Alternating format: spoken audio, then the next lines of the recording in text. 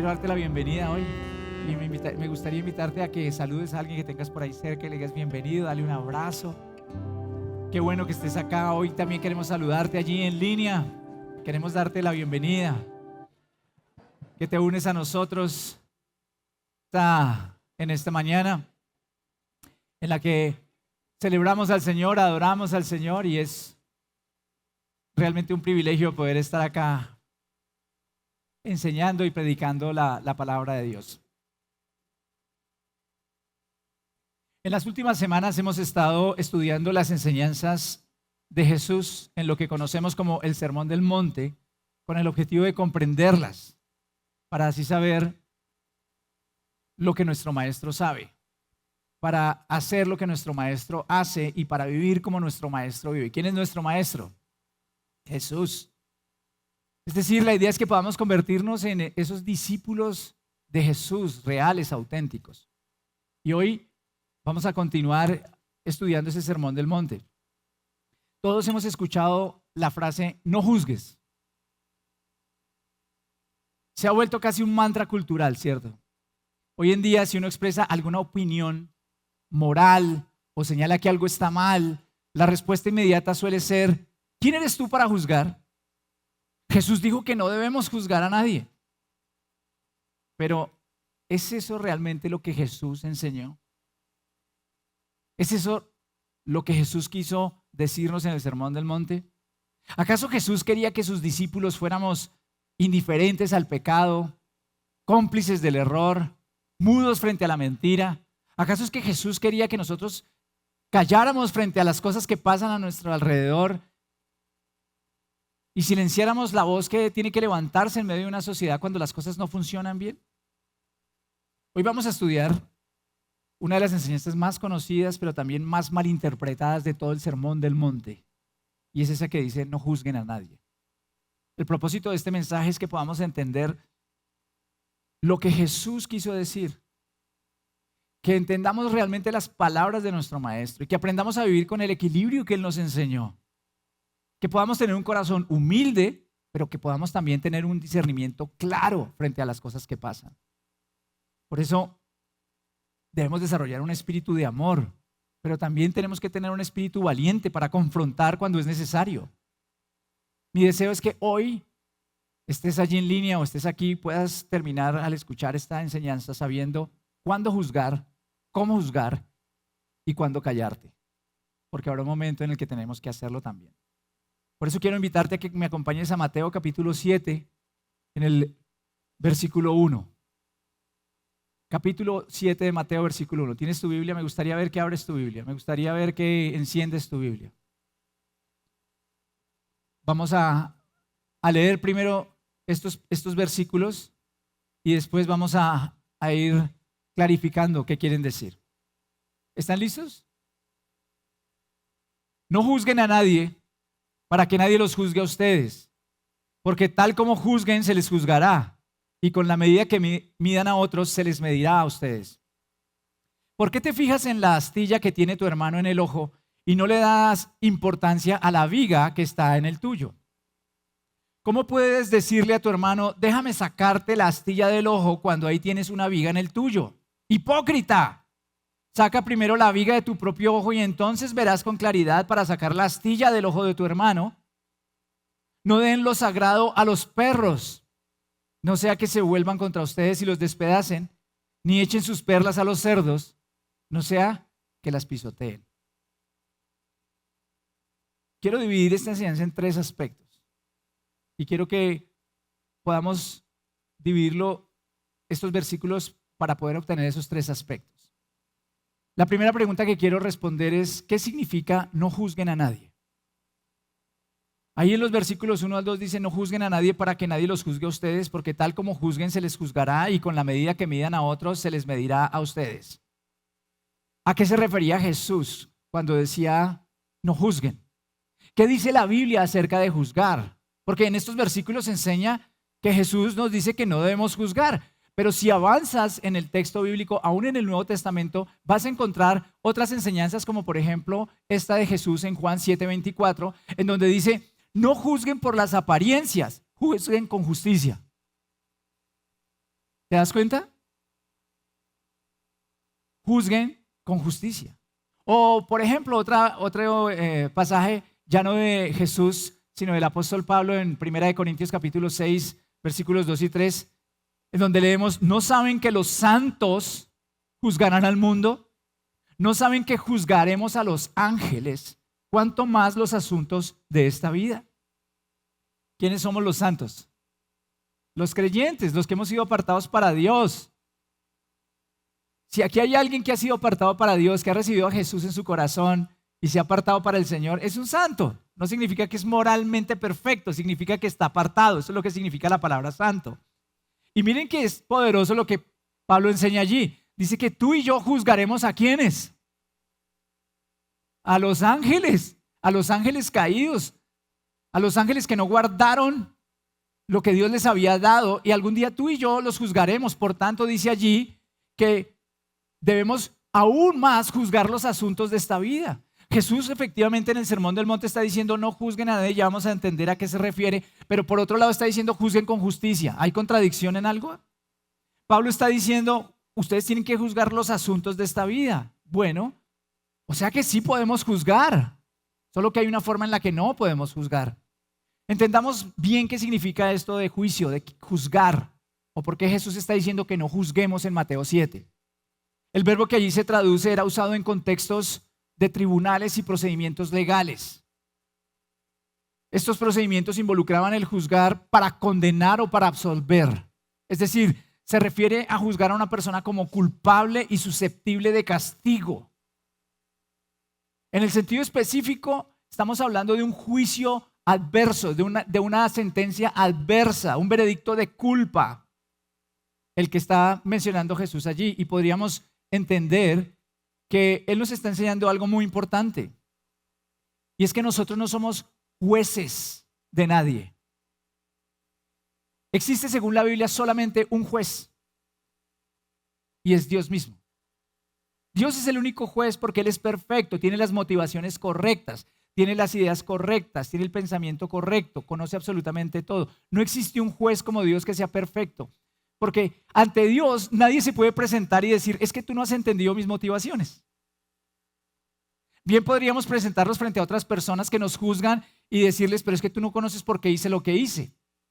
Y de hecho, a veces fallamos en nuestro juicio porque no conocemos las intenciones o no conocemos toda la historia o toda la película y podemos juzgar parcialmente, con muy poca información.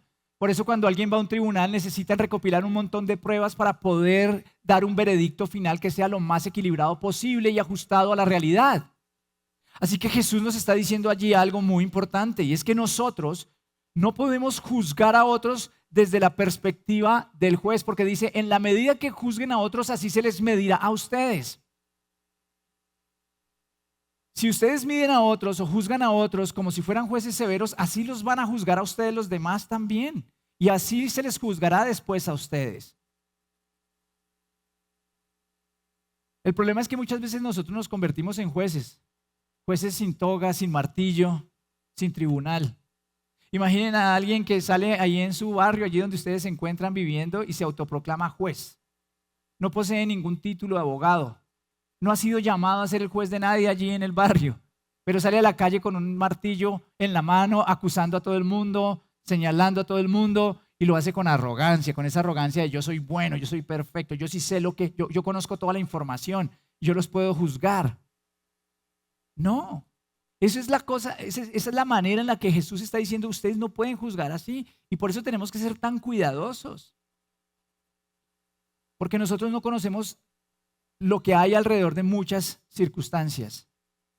Pero quiero que entiendas que Dios mismo, que es el gran juez, sí espera que se cumplan unas leyes. Porque cualquier juez esperaría que se cumplan las leyes. Por tanto, nosotros los discípulos de Jesús sí debemos aprender a tener un justo juicio, un discernimiento espiritual, sin arrogancia y sin condenación. La Biblia lo que nos enseña en todas partes es que debemos tener un equilibrio entre la disciplina y el discernimiento, la humildad y el cuidado personal al ejercer un juicio. Podemos entender también ese verbo que habla de no juzgar o de juzgar como la acción de decidir, concluir. llegar a una conclusión en el proceso de pensar. Todos tenemos que evaluar situaciones. Por eso es que Pablo dice que tenemos que juzgar los asuntos de esta vida. Es tonto decir que no debemos juzgar. Yo necesito entender qué es bueno y qué es malo. Yo necesito entender entre qué me conviene más si un camino u otro. Yo necesito evaluar las diferentes alternativas para poder vivir y tomar decisiones. Es lo que hacemos todos los días, ¿sí o no?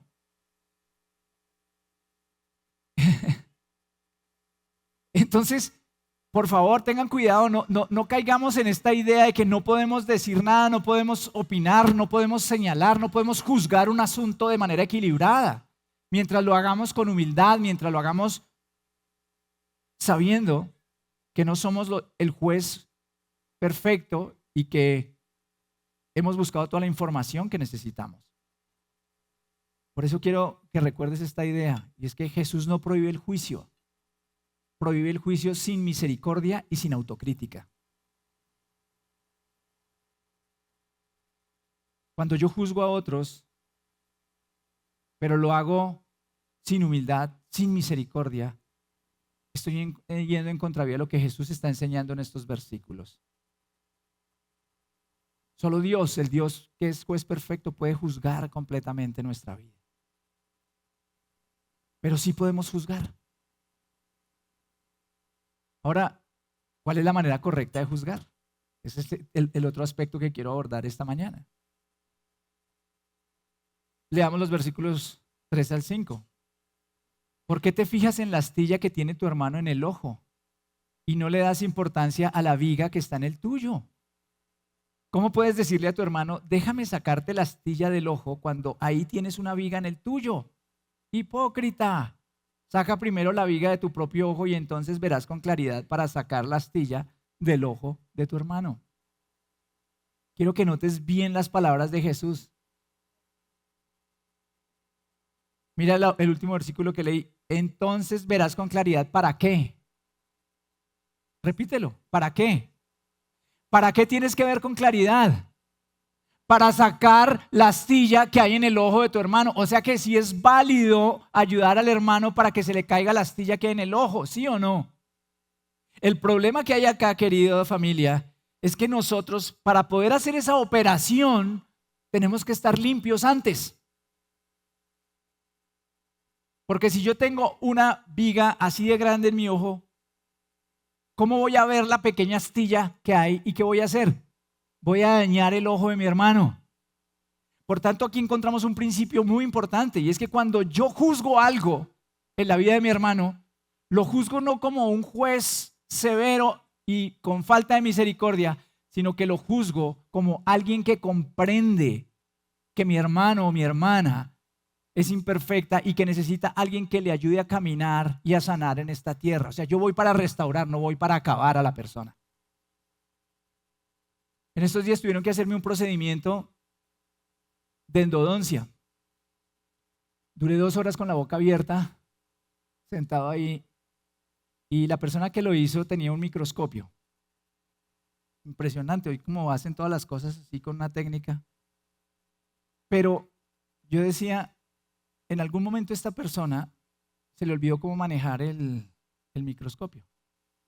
Entonces tenía una luz y no sabía cómo cambiar la luz, entonces con esa luz no veía muy bien, pero ella no se atrevió a trabajar en mí hasta que no logró encontrar cómo arreglar la luz. Y cuando arregló la luz, ya pudo trabajar en mí. Ahora imagínense que lo hubiera hecho con la luz incorrecta.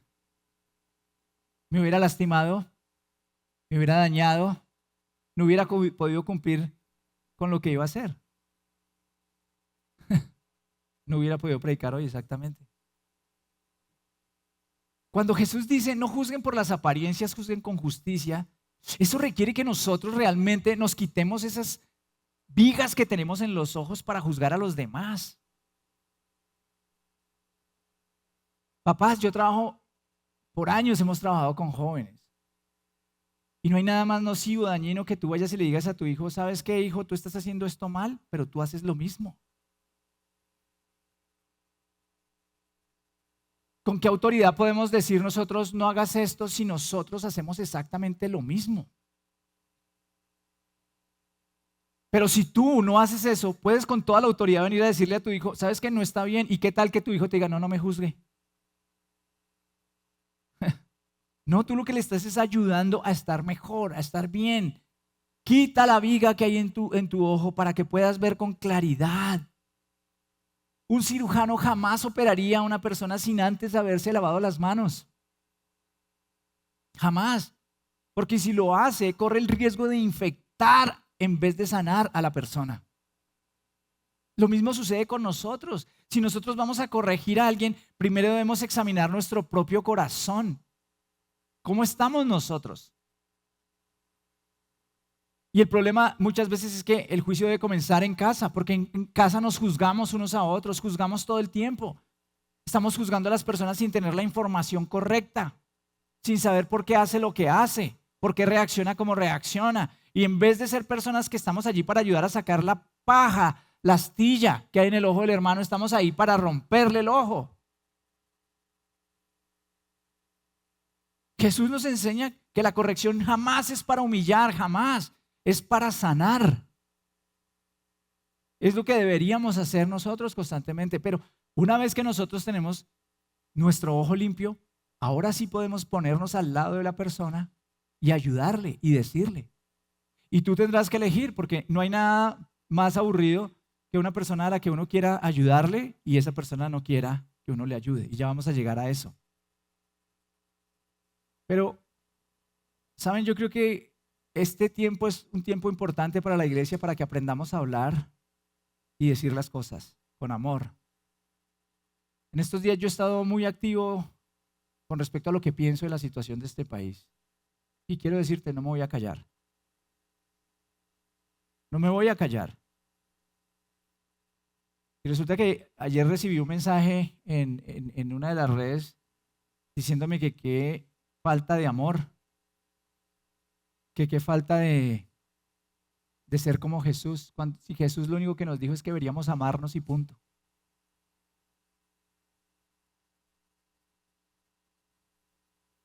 Le contesté a esta persona con mucha tranquilidad, se los aseguro. Y le dije, tienes una visión muy limitada del amor de Jesús y de las enseñanzas de Jesús. Porque no creo desde ningún punto de vista que sea amoroso callar cuando algo tiene que cambiar. Si tú ves que tu hijo o tu hija va hacia un barranco, ¿qué haces tú? Te vas corriendo a que no se tire del barranco. O no me vengas a decir que lo amas tanto que lo dejas hacer lo que él quiera.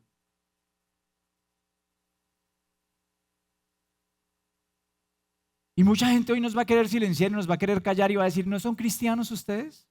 Sí, somos creyentes, por eso juzgaremos todos los asuntos de esta tierra. Eso es lo que dice la Biblia. Pero lo haremos ¿cómo? No con los métodos que no son de Dios. Porque no se trata de salir a juzgar, a batearle la cabeza a la gente, a decirle, a insultar a la gente. No creo que esa sea la forma, iglesia. Yo creo que debemos tener argumentos, creo que tenemos que hablar y tenemos que poder hacerlo claramente, pero a la manera de Jesús. Y lo mismo a nivel de nuestra iglesia, no es de nuestra familia. Tenemos que aprender a hablar y a señalar aquellas cosas que no están bien. Hoy conversaba con alguien antes de empezar la reunión y hablábamos sobre el problema muchas veces de las personas que se van de las iglesias y se van molestas de las iglesias. Y yo concedo que muchas veces hay personas que han lastimado a otras en las iglesias. Pero yo te podría decir por mi experiencia que el 80%, para usar Pareto, de las personas que se van de una iglesia se van, es porque la gente en la iglesia no hizo lo que ella quería. O es porque un día le señalaron una cosa que no estaba bien y fue incapaz de aceptar que tenía que corregir. Y a veces tenemos que hacerlo. A veces tenemos que corregirnos unos a otros. Y lo más difícil es que nos corrijan, porque la primera reacción que nosotros tenemos cuando alguien nos corrige, ¿cuál es? Defendernos. Lo que hace hoy todo el mundo, ¿se dan cuenta? Hoy todo el mundo se justifica. Ah, es que estos matan. Ah, pero es que antes mataban más. ¿Se dan cuenta los argumentos que tienen hoy? Es que hoy roban. Ah, es que antes robaban más. Por favor, siempre estamos defendiéndonos en vez de decir, oiga, un momento, sí, estoy mal, yo estoy mal, tengo un problema, necesito corregir. Y hace un tiempo estuvimos trabajando con nuestros líderes aquí en la iglesia una idea muy importante que es la retroalimentación. Aprende a recibir retroalimentación. Porque lo que impide que tú desarrolles esa versión que Dios tiene para ti es precisamente la falta de retroalimentación que a veces recibes porque no eres consciente de los puntos ciegos que hay en tu vida y precisamente por eso se llaman puntos ciegos. Porque tú no los ves, pero hay otros que sí los ven. Y qué bueno tener personas al lado que le digan a uno las cosas que uno no quiere escuchar. Es más fácil rodearse de personas que solo te digan lo que quieres escuchar. Yo le doy gracias al Señor por la vida de las personas que hoy tengo alrededor porque han sido capaces de decirme cosas que yo no quería escuchar. Yo lo he contado varias veces y lo voy a volver a decir hoy. Un día en una reunión seguramente le hablé feo a mi esposa y el pastor Mauricio se acercó hace años ya. Todavía no eras el pastor Mauricio. Y el pastor Mauricio me dijo, estoy molesto contigo. Yo le dije, ¿por qué? Atrevido. Le dije, ¿por qué, Mao? Porque no me gusta la forma en que le hablaste a tu esposa. Esa no es la manera en que debes hablarle a tu esposa. ¿Qué siente uno al principio cuando le dicen eso? No, pues uno siente una cosa como fea, porque claro, uno se siente mal.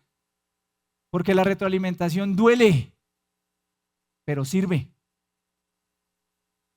Y le agradezco al Señor por personas que son capaces de decirle a uno, oye, ven, necesitas corregir algo.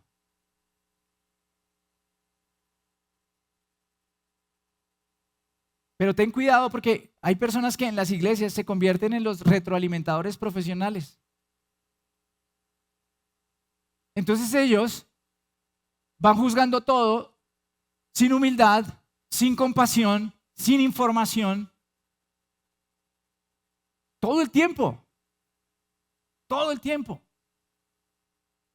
Y eso de ninguna manera ayuda al crecimiento de la iglesia. Hay que encontrar un equilibrio. Yo sostengo que en la vida cristiana siempre debe existir el equilibrio. Y siempre que tú quieras dar retroalimentación, que quieras llamar a alguien, le quieras llamar a alguien la atención, recuerda ese texto de Gálatas capítulo 6, versículo 1.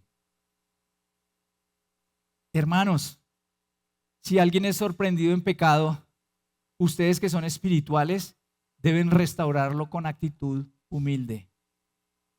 Pero cuídese cada uno porque también pueden ser tentados.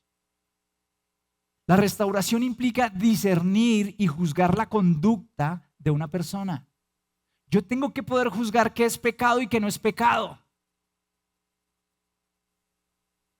Tengo que aprender a discernirlo y tengo que juzgar. Estás pecando. ¿Y cuál es mi parámetro de juzgar? Lo que la Biblia dice. La Biblia es clara en estas cosas, entonces tú estás yendo en contra de lo que la Biblia dice. Tienes que entenderlo. Pero ¿cómo lo hago? Con actitud humilde. Porque la actitud humilde es esta. Yo también podría caer. Yo también podría fallar.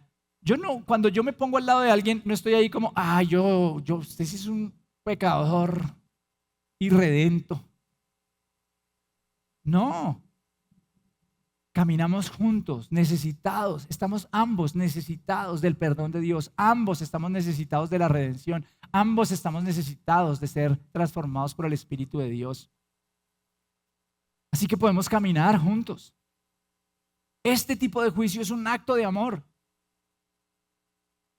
Porque lleva como propósito el deseo de que la persona pase de un estado caído a un estado de redención divina en un área particular de su vida. Por eso recuerda, no podemos limpiar la astilla en el otro ojo si llevamos una astilla en el nuestro. No podremos. Y es más, hay personas que no podrán jamás juzgar a otros porque tienen los mismos fallos morales que los otros. Y muchas veces lo que hacen es justificar lo que los otros hacen.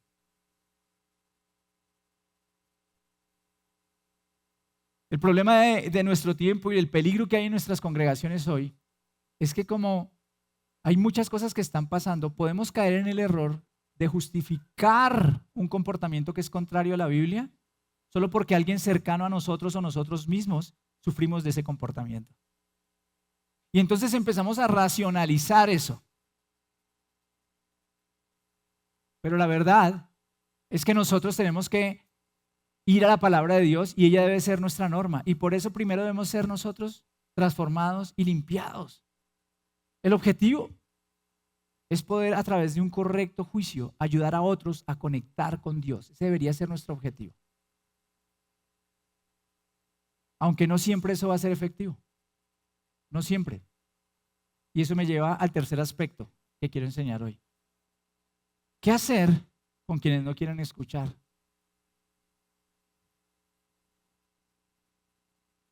Y entonces aquí voy a llevarte a unas palabras de Jesús que son durísimas, ahí en Mateo 7 otra vez. No den lo sagrado a los perros. No sea que se vuelvan contra ustedes y los despedacen, ni echen sus perlas a los cerdos, no sea que las pisoteen. Jesús está diciendo no juzguen sin misericordia, pero él mismo está ejerciendo un juicio acá, porque él es el juez justo, él es el juez perfecto, él es el juez que conoce todo. Entonces él sí puede afirmar esto. Está diciendo que no le demos lo que es sagrado a los perros. Los perros en la época de Jesús no eran mascotas generalmente. Qué pesar, dice Martica, que le fascinan los perritos. En la cultura judía no era popular ver perros mascotas, a pesar de que en The Chosen hay un perrito ahí con Mateo el apóstol. En general, los perros en la época de Jesús eran animales callejeros, sin dueño, merodeaban la basura, eran impuros según la ley. Pero el tema con ellos es que eran agresivos y peligrosos. Entonces, para el judío, cuando escucha esta enseñanza de Jesús, no es que Jesús le está diciendo a los tipos que usted es un perro, o lo entendemos nosotros. Tiene otra connotación. Entonces, los perros estaban asociados con, como lo digo, la impureza, la violencia, la blasfemia, las herejías. Se asociaban con personas que se oponían a la verdad de Dios. Y los cerdos, por otra parte, en la cultura judía, eran animales totalmente impuros. Representaban lo profano, lo pagano, lo vil, lo corrupto, la incapacidad de valorar lo que es sagrado, lo que es santo. Por tanto, cuando Jesús combina perros y cerdos en una misma frase, está presentando una carga simbólica súper poderosa. Está diciendo que las perlas o los sagrados son esas enseñanzas preciosas de Dios, son la palabra de Dios, esas verdades espirituales, son las cosas consagradas a Dios. Pero que cuando tú tomas las cosas de Dios, los consejos de Dios, las verdades de Dios y se las das a personas hostiles, agresivas, inmorales, que no respetan lo sagrado, son personas que son incapaces de discernir el valor de lo santo, son personas que les gusta vivir en la inmundicia, en la inmoralidad. No solo estás perdiendo el tiempo, sino que te estás exponiendo, porque esas personas no te respetarán, se volverán contra ti, pisotearán lo que tú les has enseñado, no valorarán y si pueden te van a hacer daño. Eso es lo que está diciendo Jesús ahí en esa enseñanza. Y tú podrías tomar muchos textos bíblicos, incluso desde el Antiguo Testamento. Hay uno que me encanta, Proverbios capítulo 9, versículos 7 al 8. El que corrige al burlón se gana el desprecio. El que reprende al malvado se gana su afrenta. No reprendas al insolente, no sea que acabe por odiarte. Pero termina diciendo esto, reprende al sabio y te amará.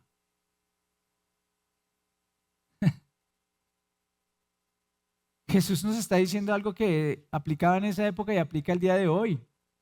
Hay gente a la que tú le predicarás estas cosas, le hablarás de Dios, les dirás la verdad y aún así se volverán contra ti y te insultarán.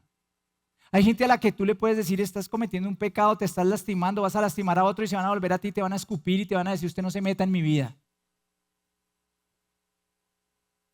Eso es una realidad.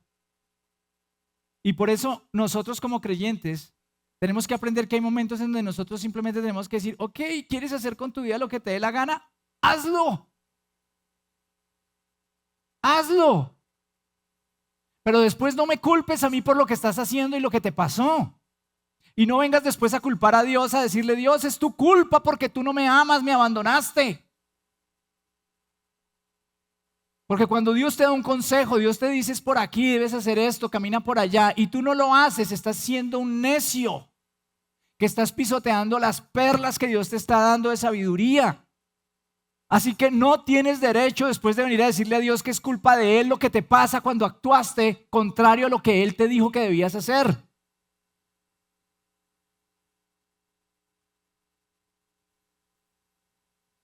Tenemos que ser sabios, porque a veces nos metemos en unas historias y hay gente que siempre culpará a alguien. Miren, yo les podría contar muchas historias. Invita a uno, da consejerías, los pastores saben de lo que estoy hablando, los consejeros saben de lo que estoy hablando, los invitas, haces consejerías con ellos, les muestras la palabra de Dios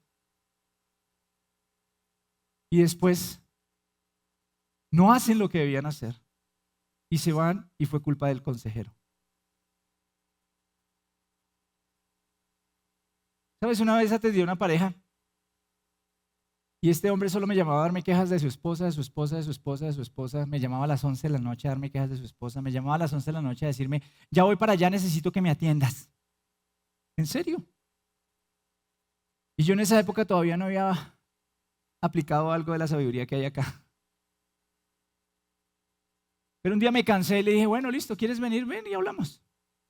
Entonces vino y habló conmigo en las horas de la noche y le dije, bueno, ¿qué me quieres decir? Y otra vez empezó con la misma retahíla. Y le dije, llevamos mucho tiempo ya trabajando en esto. Solo me hablas mal de tu esposa, solo me hablas mal de lo que pasa, pero tú no te arrepientes, tú no haces lo que tienes que hacer, no cumples con las tareas que te he pedido, no vas a los seminarios de sanidad interior que te he pedido, no haces nada de eso. ¿Qué estás esperando? Así que no me vuelvas a llamar hasta que quieras hacer lo que tienes que hacer. ¿Adivina qué? Se fue de la iglesia. Qué mal, pastor. Es que el pastor no es amoroso.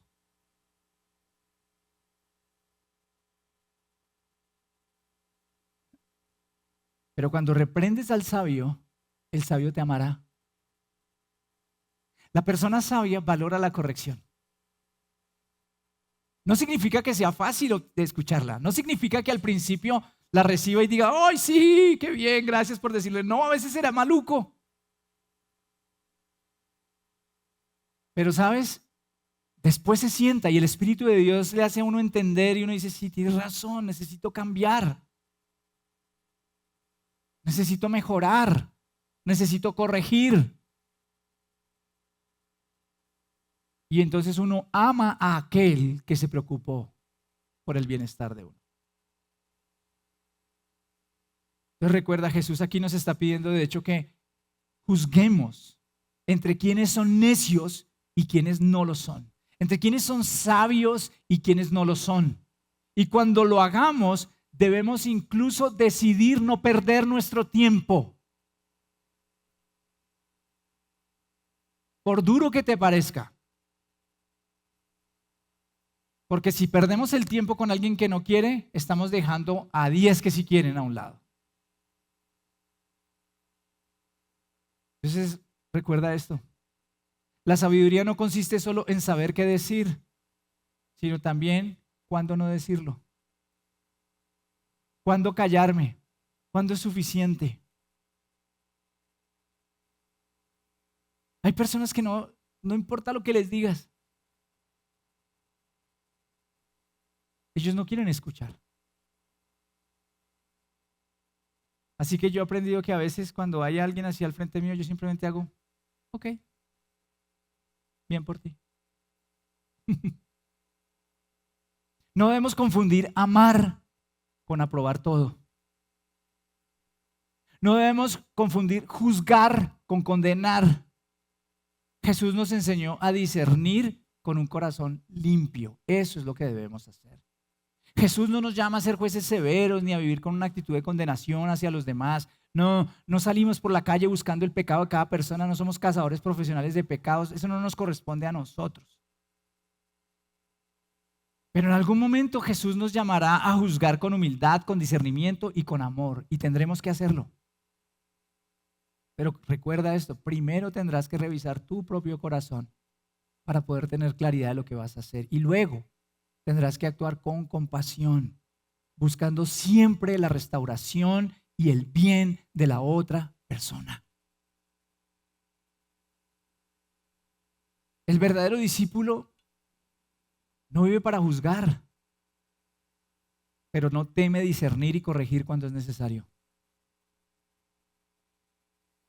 El verdadero discípulo sabe que hay momentos de corrección y lo hace con un corazón lleno de amor y de humildad. Y tendremos que juzgar en muchos aspectos de la vida. Y esta semana preparé un devocional muy sencillo para ustedes, muy sencillo. Pero hay una tabla en ese devocional donde ustedes van a ver varios pasajes de la Biblia que habla sobre juzgar diferentes situaciones. Y espero que lo estudien y oren en esos pasajes. Espero que realmente nos formemos una idea real de lo que Jesús nos enseña allí en el texto de Mateo. Me parece maravilloso cuando el Señor dice que nosotros juzgaremos todas las cosas de esta vida. Sus hijos, los creyentes, si estamos alineados con el corazón de Jesús, podemos realmente juzgar para redención, con compasión, con humildad.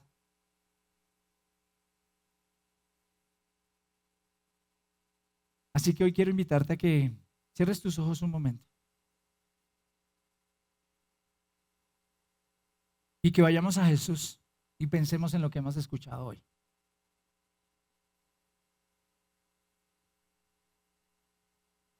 ¿Qué puede estar hablando Jesús hoy a tu corazón? ¿Qué puede estar corrigiendo? ¿Qué puede estar enseñando? Y hoy puedes unirte a esta oración y decirle: Señor Jesús, hoy he comprendido que el ser juez no es mi papel, sino que debo discernir con amor y con humildad toda circunstancia. Te pido que examines mi corazón y me muestres si he estado juzgando a otros con dureza o con hipocresía. Hoy estoy acá y estamos tú y yo, Señor. Tú conoces mi mente, mi corazón, mis motivaciones. Examíname. Abre mis ojos porque yo quiero parecerme a ti. Tú eres mi maestro y quiero vivir como tú vives y hacer las cosas como tú las haces. Ayúdame a corregir en un espíritu de restauración, como tú lo harías. Ayúdame a no ser ligero, juzgando a los demás, sino enséñame más bien a orar por otros, a ponerme en los zapatos de otros, a mirarlos con compasión. Y que cuando me acerque a los demás, yo pueda venir y ser un instrumento de tu amor para la corrección de las personas. Te pido que me hagas una persona enseñable. Porque también debo reconocer que a veces no me gusta que me digan las cosas que no están bien. Me gusta decírselos a otros, me gusta identificar en otros lo que no funciona, pero me gusta poco pensar en lo que yo no hago bien.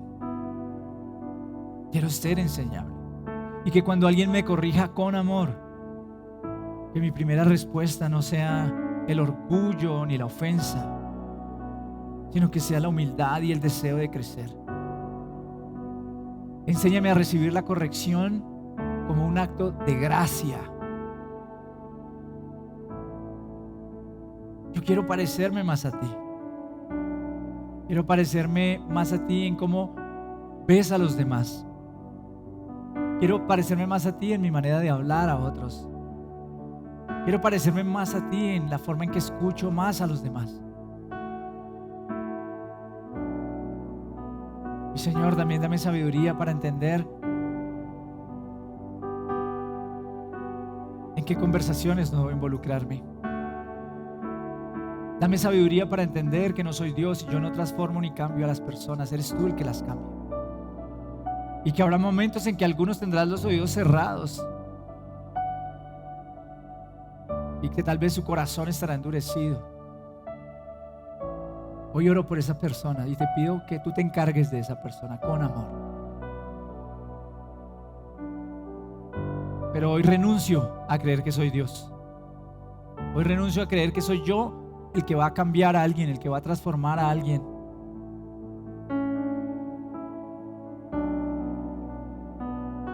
Solamente tú puedes hacerlo. Y trae restauración, Señor, en nuestras familias. Trae restauración para que podamos hablar todo en amor, para que podamos corregirnos en amor, para que podamos juzgar el pecado sin juzgarnos violentamente. Enséñanos a llamar lo bueno bueno y a lo malo malo. Pero enséñanos por sobre todas las cosas a mantener las relaciones, porque son el regalo más grande que tú nos has podido dar. Yo lloro por cada familia que se ha visto destruida por el juicio, que se ha visto destruida por la contienda. Yo lloro por cada familia que de alguna manera ha carecido de un espíritu humilde, sencillo, compasivo. Y pido que haya restauración en medio de nosotros. Hoy oro por la iglesia, el punto de encuentro. Señor, perdónanos cuando nos hemos juzgado unos a otros. Perdónanos también cuando nos hemos callado, cuando debíamos hablar. Y oro por tu iglesia en Colombia, para que tu iglesia sea sabia y sepa juzgar los asuntos de esta vida en una temporada tan compleja como la que vivimos. Gracias, Dios, por escuchar nuestra oración y por amarnos, y porque a pesar de todo continúas aquí con nosotros, nos sostienes y nos guías. Bendito sea tu santo nombre. Amén y amén.